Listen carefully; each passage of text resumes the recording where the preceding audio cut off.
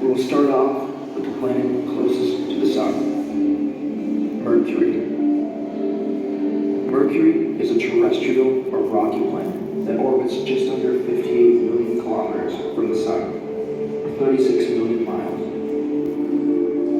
It is the smallest planet in the solar system, with a diameter of just 4,879 kilometers. That's 3,031 miles.